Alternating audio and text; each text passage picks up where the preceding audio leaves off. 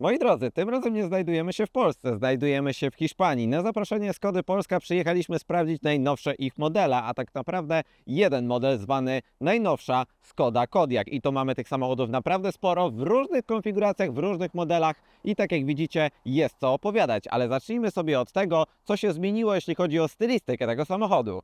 No i tak oto, moi drodzy, wygląda druga generacja Kodiaqa. Kompletnie nowy, na kompletnie nowej bazie, na nowej platformie podłogowej oraz z nowymi kolorami. Nowe 9 kolorów, w tym także ten brązowy, piękny, złoty kolor, który aktualnie także widzicie i wszystkie kolory, które są gdzieś tutaj zlokalizowane także wokół. Zmieniło się dosyć dużo. Poprzedni Sportline, którego oczywiście na kanale widzieliście, bardzo mocno Wam się spodobał ze względu na stylizację taką bardziej agresywną. Ten najnowszy bardziej ma być w stronę luksusu kierowany, dlatego został bardziej delikatny ugładzony, ale zobaczcie także na te przetłoczenia na masce, na ten charakterystyczny grill, także dla Skody oraz nowoczesne światła, które oczywiście są w technologii matrycowej. Skoda Crystal Light, czyli światła matrycowe o nowej technologii. Jest to druga generacja Skody, jeśli chodzi o Crystal Lighty i tutaj naprawdę zostało także poprawione mocno oprogramowanie i te światła działają jeszcze lepiej, jakby w poprzedniej generacji nie były już świetne. Zobaczcie na agresywniejszą delikatnie stylizację tego zderzaka. Pojawiły się tunele aerodynamiczne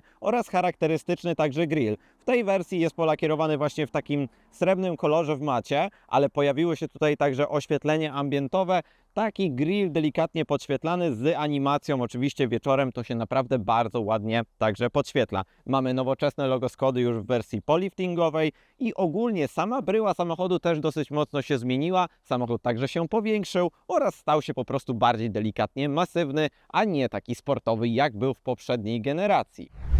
Co ważne, jeśli chodzi o stylizację, koła także robią oczywiście swoją robotę. Zaczynacie od 18-calowych felg, ale także możecie skończyć nawet na 20-calowych kołach, które także są przeznaczone dla wersji Sportline. W tej wersji na przykład mamy bardzo ładne, stonowane, ale nowocześnie narysowane felgi o rozmiarze 19 cali, o rozmiarze 235 i profilu 50. No i ważną zmianą także jest zawieszenie. Zawieszenie DCC Plus, czyli nowa generacja słynnego zawieszenia Volkswagena, czyli DCC, została tutaj naprawdę mocno technologicznie także poprawiona. Jest jeszcze lepsza, bardziej komfortowa oraz co ważne ma także możliwość teraz sterowania odpowiednio kompresją oraz dobiciem i odbiciem także zawieszenia, dzięki czemu faktycznie Kodiaq stał się jeszcze bardziej wygodny, a także i delikatnie bardziej sportowy, bo te dwa charaktery udało się także połączyć. No i tak jak Wam możemy pokazać, tych felg jest trochę, jeśli chodzi o różne rodzaje. Mamy taki wzór felg, taki bardziej pospolity, taki bardziej luksusowy i taki bardziej sportowy, ale aerodynamiczny. I takie najbardziej luksusowe, jakie się da. To już pewnie będzie zarezerwowane dla wersji Lauren & Clement.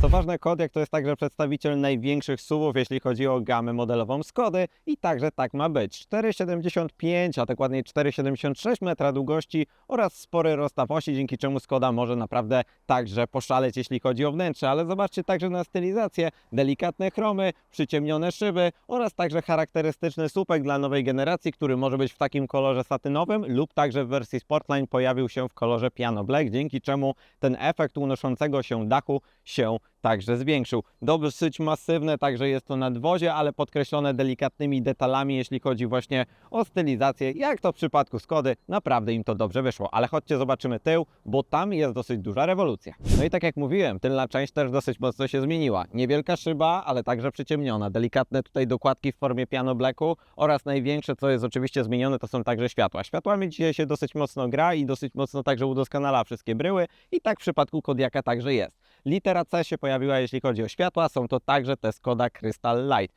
Co ważne, mają delikatne animowane kierunkowskazy, ale jeśli myślicie, że ta blenda się świeci, to niestety jesteście w błędzie i to zbytnio już się nie świeci. To jest po prostu element delikatnie dekoracyjny. Pojawiły się delikatne emblematy w formie srebrnego koloru w takim matowym odcieniu lub także w wersji Sportline macie to wszystko oczywiście w pełni wyczernione. Prosta, tylna bryła, podkreślona także przez takie delikatne, bardziej oczywiście offroadowe, uterenowione zderzaki, bo w końcu jest to crossover, a powiedzmy bardziej nawet i SUV. A jeśli chodzi o bagażnik, także jest tu sporo przestrzeni.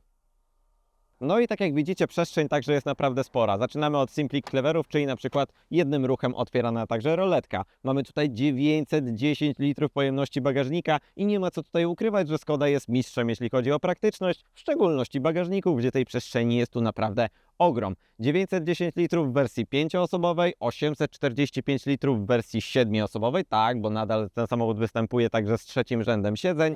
A tak wygląda bagażnik, kiedy macie 7-osobową wersję i zobaczcie, że tej przestrzeni także nadal jest tutaj sporo. 345 litrów pozostało po rozłożeniu także tego ostatniego rzędu siedzeń i co najważniejsze, pozostały nadal udogodności, czyli mamy nadal miejsce na roletę i nadal pojawiło się tutaj także koło dojazdowe, co przy takim samochodzie 7-osobowym nie jest dosyć często spotykane, ale kiedy chcecie powiększyć ten bagażnik, jednym ruchem dosłownie powiększacie i już w tym momencie, jak już by się udało idealnie położyć te fotele, mamy już te 845 litrów pojemności. No i czas także skorzystać z tego trzeciego rzędu. Czy jest to wygodne? Powiedzmy, w miarę tak, chociaż nadal karkołomny jest wejście tutaj, że ten otwór jest dosyć mały, choć tak jak widzicie, nie ma dramatu, ale miejsca na nogi raczej za dużo tu nie będzie. No, niestety za dużo tutaj miejsca nie ma, ale jest jeden plus. Da się tą całą kanapę przesunąć trochę do przodu. A tyle mam przestrzeni w tym momencie, kiedy spokojnie może usiąść także komfortowo przede mną osoba. I ja, tak jak widać, w miarę jestem w stanie tu także usiąść,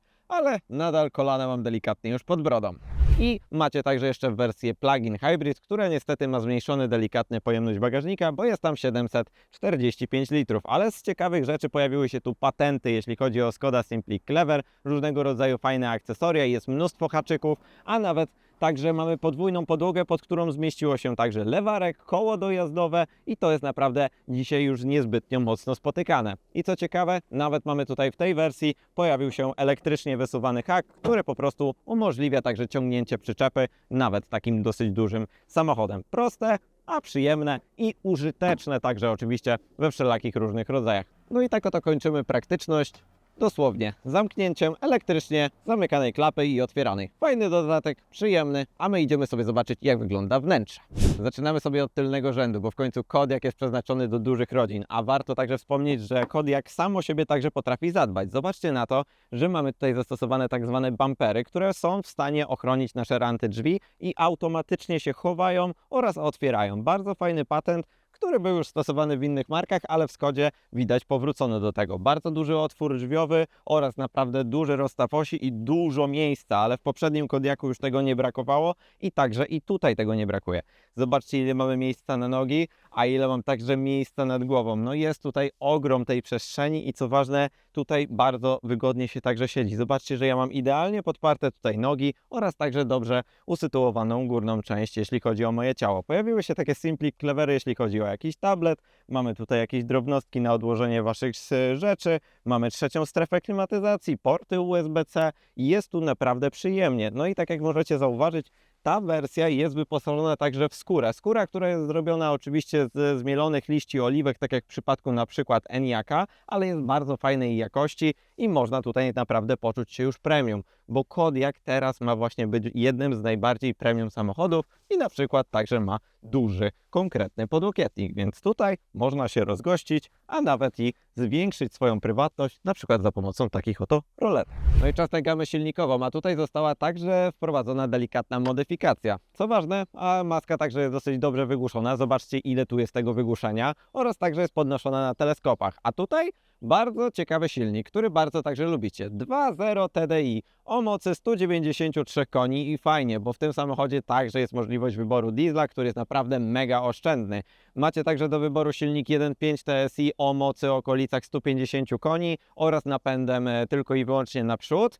I jest także oczywiście słynny silnik ze Sportline'a, który już na przykład testowaliśmy, ale został delikatnie poprawiony i ma tutaj moc z 2 litrów, właśnie ma 204 konie, więc to już będzie naprawdę fajny samochód. To wszystko jest oczywiście połączone tylko i wyłącznie z automatyczną skrzynią biegów i macie możliwość właśnie do kupienia tego napędu 4x4, tak jak w przypadku właśnie silnika 2.0 czy właśnie tego 2-litrowego diesla. One już występują właśnie z napędem 4x4 typu Haldex i to mi się podoba, uniwersalność całej tej gamy silnikowej, ale jest jeszcze jeden pewien mały rodzynek, o którym Wam zaraz powiem, bo doszła tutaj hybryda typu plug-in zwana iV. No i czas także na wisienkę na torcie, czyli nową wersję. I tak jak widzicie, delikatnie inna konfiguracja, biała, bo w końcu ma być także czysto. A tutaj nowoczesna jednostka. Pamiętacie silnik 1.4 TSI i także połączenie hybrydowe? No to właśnie zostało to zmienione. Teraz w tym momencie macie 1.5 TSI, 150 koni, to jest już o wiele lepszy, poprawiony silnik, połączony także z hybrydą typu plug-in, jeśli chodzi oczywiście o Skodę i jest to napędzana wtedy oczywiście tylko przednia oś, ale dzięki dużemu akumulatorowi jesteście w stanie pokonać nawet 100 km właśnie na jednym ładowaniu. Jeśli chodzi o ładowanie tego samochodu mocą 11 kW, możecie spokojnie go naładować dosyć szybko, bo w 2,5 godziny i możecie przejechać, uwaga, prawie 100 km i to jest naprawdę bardzo, bardzo fajny wynik i widać Skoda także podąża za nowymi trendami, jeśli chodzi właśnie o elektryfikację tego samochodu, ale warto także zwrócić uwagę na port ładowania, który jest tutaj zastosowany właśnie w lewym przednim błotniku i uwaga, macie także możliwość ładowania tego samochodu tak jak samochodu elektrycznego, czyli właśnie za pomocą CCS-a i dzięki temu, że macie tutaj CCS-a, możecie naładować ten samochód jeszcze szybciej, bo macie możliwość ładowania go prądem stałym o mocy 50 kW, dzięki czemu w ciągu pół godziny spokojnie naładujecie ten samochód do pełna, tak żeby znowu pomykać sobie po mieście waszym Kodiaqiem z całą rodziną. No to czas, moi drodzy, na wnętrze i deskę rozdzielczą. Specjalnie wybrałem dla Was wersję z tą skórą po to, żebyście zobaczyli, jak ładnie może być wykonane wnętrze Skody oraz jak bardzo premium może być także wykonane. To są naprawdę bardzo przyjemne w dotyku także materiały i co ważne także naprawdę jakościowe. Zobaczcie na tą piękną skórę, poprzyszywaną tymi nitkami, które są także w kolorze właśnie tym beżowym. Cała deska rozdzielcza jest z bardzo fajnych, miękkich także materiałów porobiona. To robi naprawdę wrażenie oraz całe to ta szerokość tej deski i cały ten projekt nowoczesny, widać, że tutaj Skoda postanowiła kompletnie zerwać z poprzednim designem i wstawić tutaj coś innego, chociaż są pewne elementy, które dosyć dobrze znamy i także lubimy. Zobaczcie także na ten dekor, który się pojawił tutaj na drzwiach. Nowoczesne klamki, które są takie delikatnie pływające i zostały tutaj zmienione wszystkie chromy na takie bardziej delikatnie satynowe. Jest tu pełno simpli cleverów oraz także nowoczesnych technologii. Jeśli chodzi o technologię, trzeba na pewno wspomnieć o tym dużym ekranie, też który jest nowoczesną wersją tego, coście już widzieli u nas w różnych recenzjach. Działa jeszcze płynniej, jest jeszcze bardziej przyjemny w obcowaniu. Nawigacja także się delikatnie zmieniła. Pojawił się asystent głosowy zwany Laura, który jest połączony także z czatem GPT i dosyć dużo różnych nowych funkcjonalności, ale o tym Wam będę opowiadał już wtedy, jak już ten samochód przyjedzie do nas do redakcji. Chcę zwrócić uwagę na nowe 10-calowy wyświetlacz dla kierowcy, Pojawiły się tutaj troszeczkę nowsze grafiki, tym wszystkim możecie oczywiście sobie sterować za pomocą kierownicy. I tak jak widzicie, kierownica także jest dwuramienna, wykonana naprawdę z bardzo fajnych materiałów, ale to są już te projekty, które dosyć dobrze znamy. Jeśli chodzi o zmiany, zmieniła się dźwigienka do tempomatu, zmieniły także się kierunkowskazy oraz także pojawiła się skrzynia biegów niczym w Mercedesie, czyli dosłownie sterowane tutaj przy kolumnie kierownicy. Trzeba się do tego przyzwyczaić, ale fajne rozwiązanie, bo jest zawsze szybko po prostu pod ręką. To, co mi się nie podoba, to nie podoba mi się jakość z kamer. Niestety to trochę mocno dosyć kuje w oczy, że spadła jakość kamer. Niestety było to o wiele lepiej, teraz trochę, szczerze powiedziawszy, można ponarzekać. Ale na pewno fajną funkcją, która Skoda wymyśliła jakby na nowo,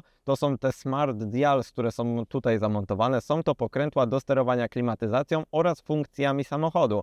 Za pomocą tych pokrętów możecie sobie sterować dosłownie temperaturą, możecie sobie także sterować podgrzewaniem foteli oraz co ważne, ten Smart Dial na środku ma także różnego rodzaju możliwości personalizacyjne. Możecie zmieniać tutaj tryby jazdy, sobie skalować na przykład nawigację na głównym ekranie, sterować także jeśli chodzi o moc nawiewu oraz jeszcze parę różnych rzeczy i co ważne, to wszystko możecie sobie dokonfigurować przytrzymując to i na głównym tutaj ekranie dosłownie możecie wybierać sobie na przykład, że zamiast Smart Klimy chcecie także na przykład sterować sobie głośnością i w tym momencie dosłownie głośność się tutaj pojawi i możecie sobie tym sterować. Pojawił się nowy Phonebox, dzięki któremu możecie ładować dwa smartfony 15 W i co ważne, są to smartfony, które są tutaj chłodzone za pomocą systemu klimatyzacji.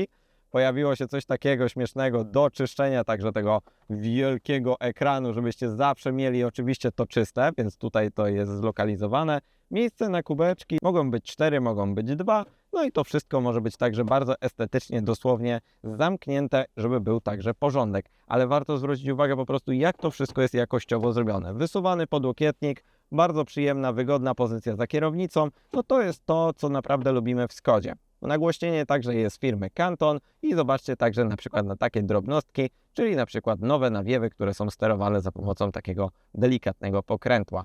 Wow, naprawdę tu się dużo zmieniło i to naprawdę idzie już w stronę premium, a kończymy także na oknie panoramicznym, które pięknie to wszystko doświetla.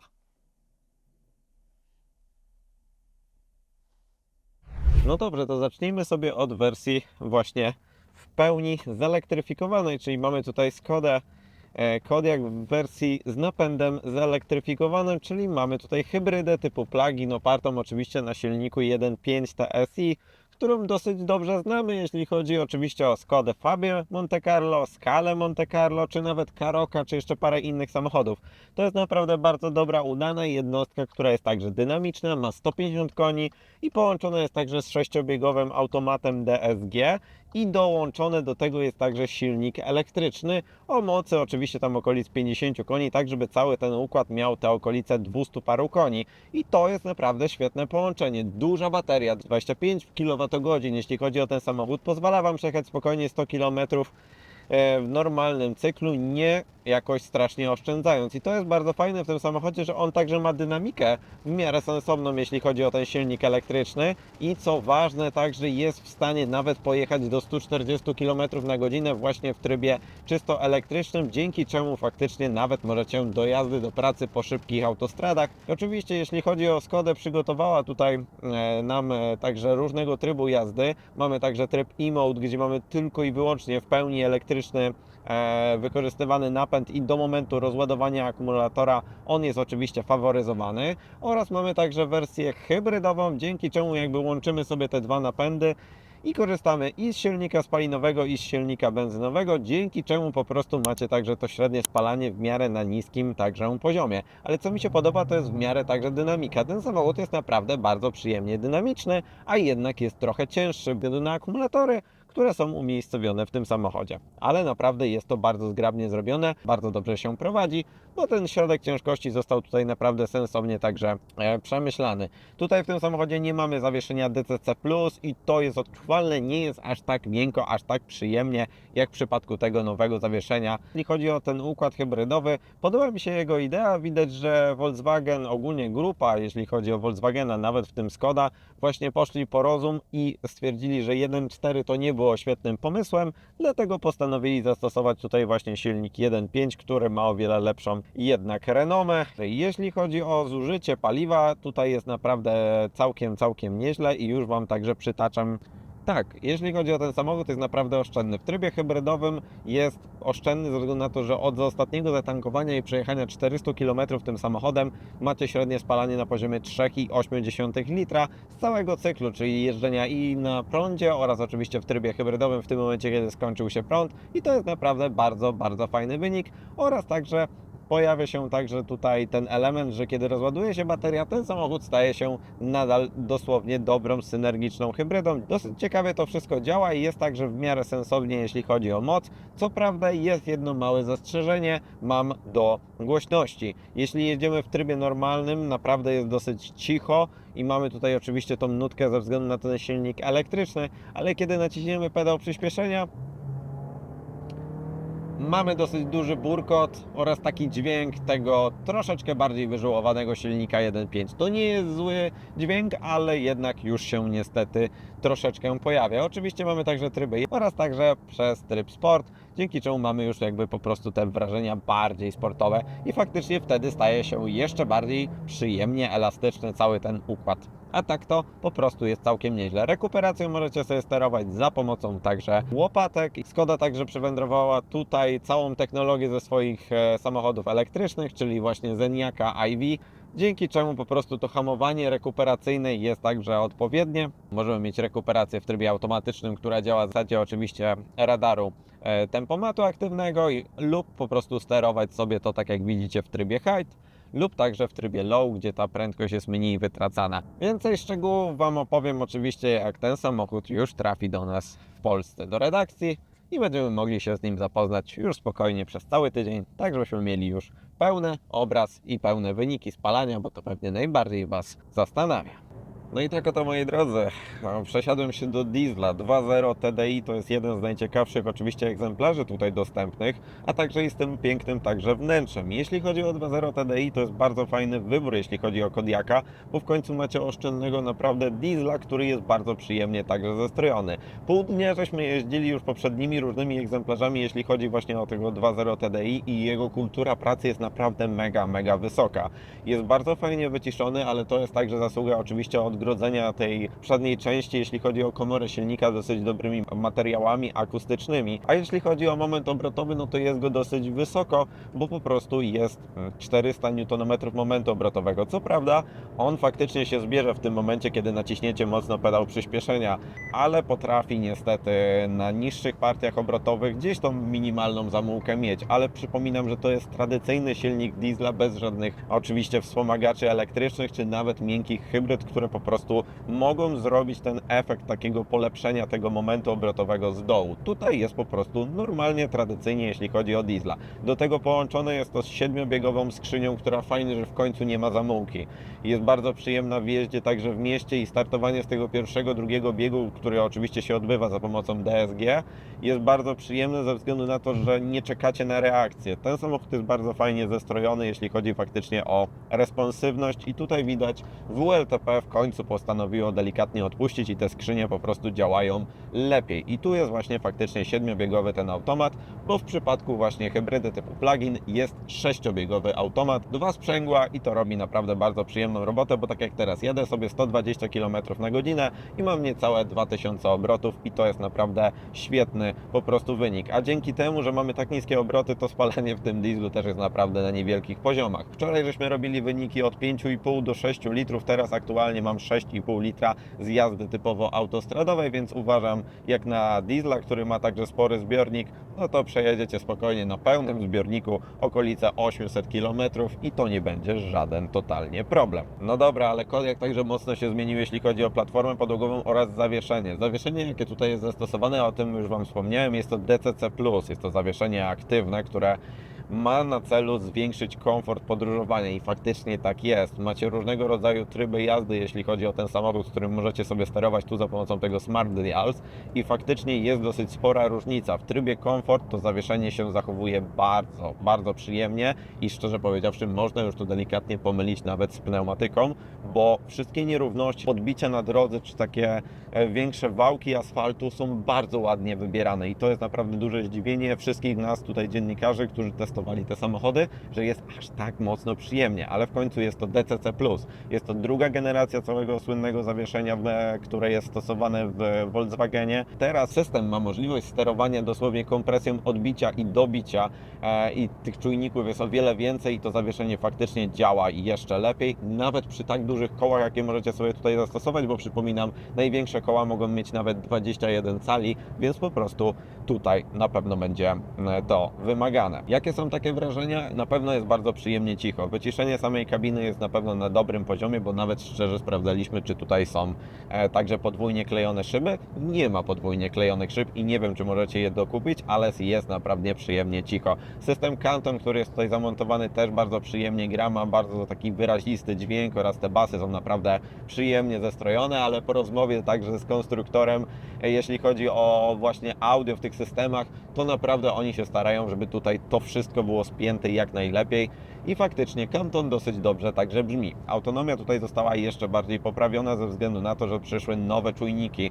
nano czujniki zamontowane w zderzakach, dzięki którym po prostu samochód także lepiej sobie obrazuje całe otoczenie. Ja teraz w tym momencie jadę sobie po autostradzie i dzięki tym czujnikom on widzi dosłownie wszystkie 3 pasy, które tutaj są. Ja mam zapięty tempomat razem z systemem Travel Assist, który oczywiście dostosowuje się do prędkości ze znaków, od ograniczeń oraz także przygotowuje samochód, to co już było wcześniej, ale jest nadal jeszcze to oprogramowanie rozwijane. Zwalnianie prędkości samochodu do danych zakrętów, pokonywanie zakrętów półautonomicznie, ta kierownica naprawdę trzyma się jak przyklejona, jeśli chodzi o oczywiście pasy ruchu, autonomiczne zmiany pasa ruchu, to wszystko jest bardzo fajnie zrobione, włącznie także z nawigacją, o której teraz polegam, bo muszę jakoś dojechać. Tutaj też zostały poczynione naprawdę spore postępy, bo jest możliwość wskazywania dokładnych pasów ruchu, także cały system autonomiczny też współpracuje, jeśli chodzi właśnie o jazdę półautonomiczną, bo przygotowuje się, czy macie skręcić, czy macie zmienić pas. To wszystko jest wcześniej jakoś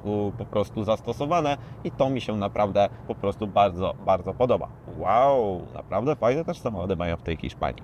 Co prawda na niemieckich blachach. Kodiaq jest to po prostu bardzo przyjemny taki samochód dla ludu i to wszyscy żeśmy po kolei stwierdzili, że to nie jest samochód, który wytworzy w Was nie wiadomo jakie emocje, bo mieliśmy okazję też pojeździć wersją Sportline 2.0 TSI. Ona jest też oczywiście bardzo przyjemna i jest dynamiczna, ale teraz został ten charakter delikatnie przesunięty bardziej w stronę luksusu i bardziej w stronę komfortu, po to, żeby faktycznie pokazać, że Skoda potrafi i będzie też potrafić jeszcze lepsze robić samochody w premium, bo jednak transformacja marki z takiej typowo taniej, budżetowej marki na markę, która ma być taką typowo premium, tutaj dosyć mocno nastąpiła i też widzieliście to oczywiście po tych wnętrzach, po wszystkich tych dodatkach, no i jest tu naprawdę co niemiara.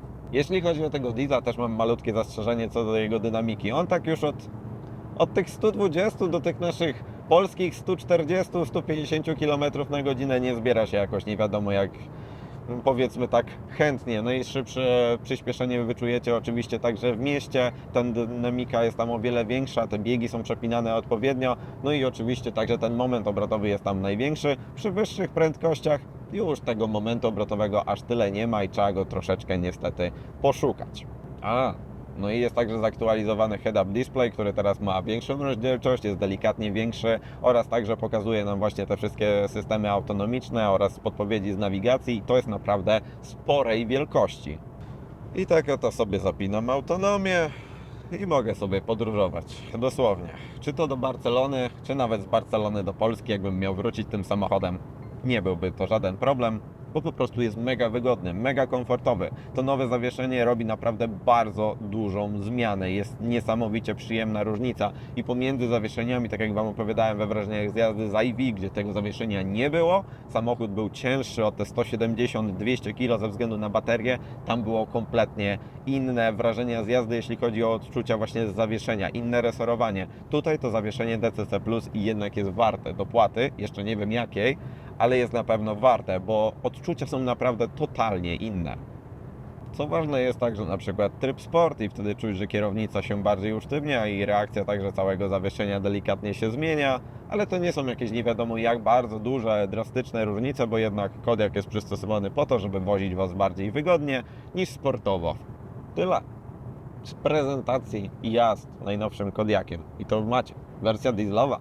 No dobrze, moi drodzy, czas to także podsumować. Jeśli chodzi o Kodiaqi, najnowsza generacja bardzo pozytywnie mnie zaskoczyła. Cały ten event, jaki mamy tutaj w Barcelonie, postanowili nam właśnie, jeśli chodzi o Skodę Polskę, zaprezentować całą możliwą gamę silnikową. I nie bez powodu także stoi tu obok mnie nowy silnik zelektryfikowany w Kodiaqu, bo uważam, że to jest bardzo fajna jednostka i nowoczesne także podejście do całej sprawy, jeśli chodzi o dużą rodzinę i dosyć dużego SUV-a i możliwość jechania prawie 100 km także na prądzie. Nie zmienia to faktu, że jest także bardzo popularna jednostka 2.0 TDI o różnych mocach, a w najlepszej mocy także macie te 204 konie z diesla i naprawdę jest to oszczędny samochód. Nie zabrakło także 2.0 TSI, który jest także bardzo fajnym, dynamicznym także samochodem, a sam także Kodiaq prezentuje się dosyć dobrze ze względu na nowe, odświeżone wnętrze oraz bardzo fajne gadżety, jeśli chodzi właśnie o takie praktyczne elementy, jak to Skoda lubi. No, a co? Ja serdecznie Wam dziękuję za obejrzenie tego materiału. Nie zapomnijcie także o subskrypcji kanału Motookiem,